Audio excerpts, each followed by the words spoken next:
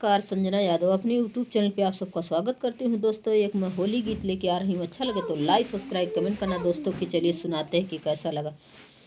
साखी फागुन हो साखी फागुन हरित आई पिया क सुधी आई।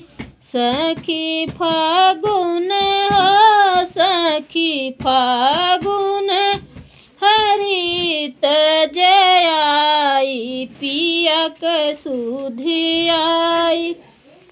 पहली सुधा बागियावा में आई पहली सुधी बागियावा में आई। तोड़त नेबू गिरी जाई पिया क सुधी आई। तोड़त नेबू गिरी जाई पिया क सुधी आई। सखी फागुन हो सखी फागुन रीत है आई पिया क सुधी आई। सखी फागुन हो सखी फागुन रीत आई पिया क सुधी आई। दूसरी सुधिया कुआनवा पे आई दूसरी सुधिया कुआनवा पे आई। सखी भरल घड़ीला सखी भरल घड़ीला फूटी जाई पिया क सुधी आई।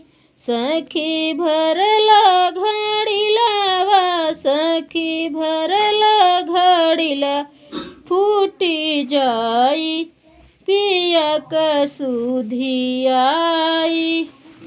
सखी फागुन हो सखी फागुन रीत है आई पिया क सुधी आई।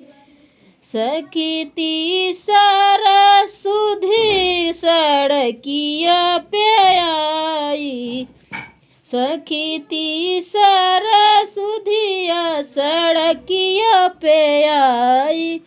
सखी चलत मोटर रुकी जाई पिया क सुधी आई। सखी चलत मोटर रुकी जाई पिया क सुधी आई। सखी फागुन हो सखी फागुन रीत है आई पिया क सुधी आई।